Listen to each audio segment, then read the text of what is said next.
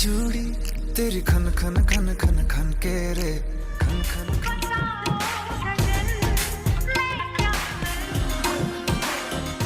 अंटवा मावा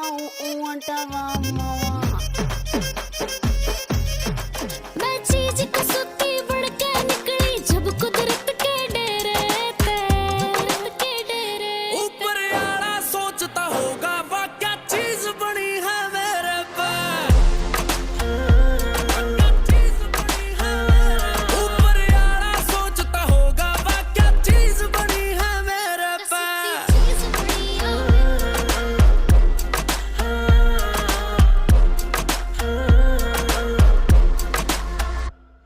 तू फेस ते लागे सुलझी सी आँखों में तेरी आंखों के पीछे पीछे हम कमरे से चल पड़े,